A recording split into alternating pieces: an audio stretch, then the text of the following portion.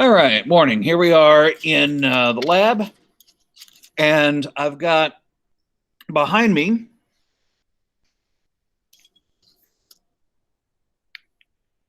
there and there.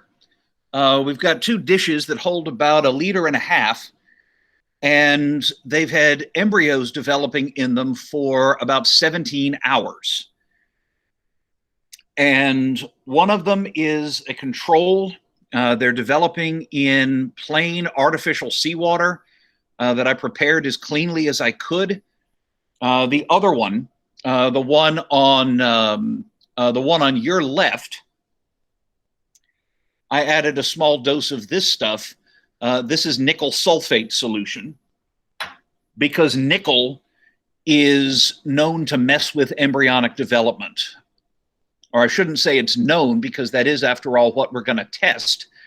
But I don't really know what effect it has on Arbacia, the short spine sea urchin that we're working with, or what the appropriate concentration is.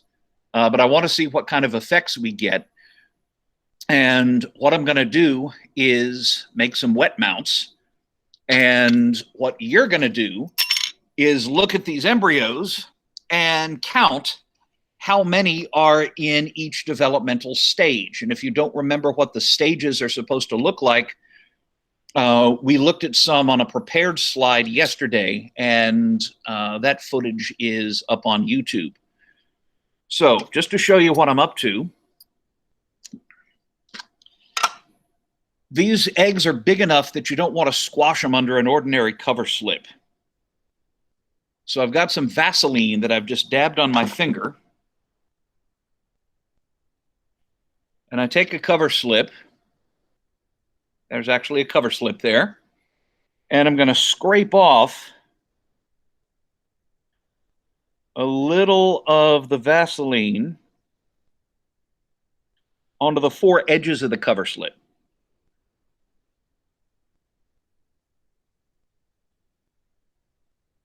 And when I'm done with that,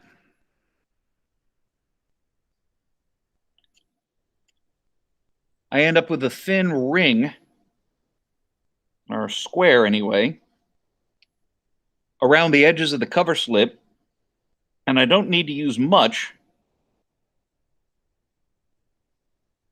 There. But that'll be thick enough to hold the cover slip off so the embryos don't get squashed. And it's actually permeable enough that some oxygen will get through. I've actually been able to keep protists alive under one of these cover slips on a slide for 36 hours or more. So there it is right there. There's other people that use sand grains, and other people that use tiny little balls of clay at the corners of the slides. But this way has always worked for me. There's more than one technique you can use. So I'm going to get a clean pipette, not unlike this one, and I'm going to go take a sample of the control embryos. These have not been exposed to nickel, and we'll see what we have.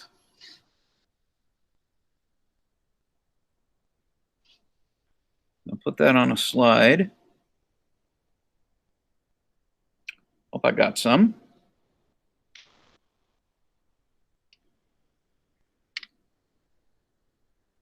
Drop the cover slip on, and drop the slide on the floor and start over. Yeah, not using that one. Oops. Okay, tell you what, I will temporarily stop recording, get a slide together, and hang on.